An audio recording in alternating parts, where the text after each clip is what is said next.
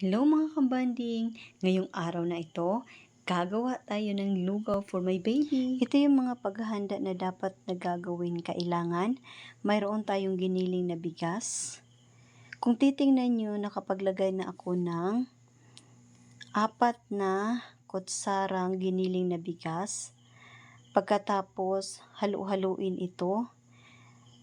Laging tandaan na huwag munang gumamit ng apoy upang mahalo ng mabuti yung giniling na bigas.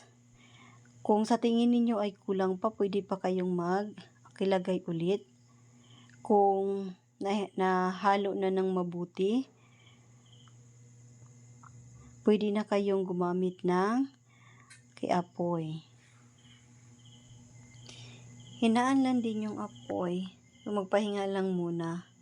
Kasi pagkatapos nito, hindi ka na hihinto sa paghahalo ng iyong lugaw. Isa ito sa mga nakakapagod pag yung pinapakain mo sa iyong anak ay lugaw. Kasi araw-araw mo itong gagawin.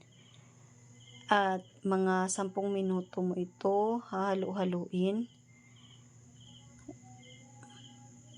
So, ano yung mga palatandaan kung malapit na itong maluto? So, kung titingnan ninyo, nagiging malapot na ito. So, ito yung isa sa mga palatandaan na malapit ng maluto. Kung gusto nyo ring maging healthy ang iyong baby, kung magpapagiling kayo, pwede na ninyo isama yung mga gulay. Kagaya ng kalabasa. Ito yung ginagawa namin. Gumagawa kami ng lugaw para sa aming baby kasi tipid ito sa budget. Kung ikaw din ay mayroong mga tinola tapos lalagyan mo ng gulay,